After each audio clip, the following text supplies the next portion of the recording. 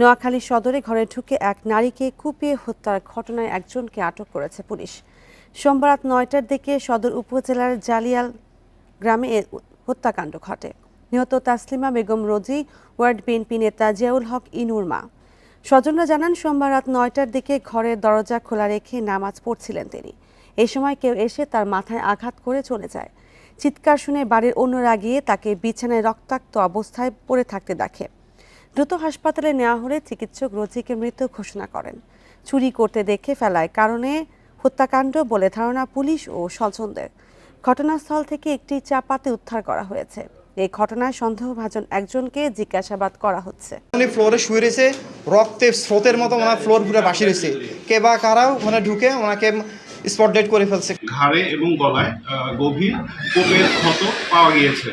পরবর্তীতে পুলিশ আসে এবং ওনারাও পরীক্ষা নিরীক্ষা করেন।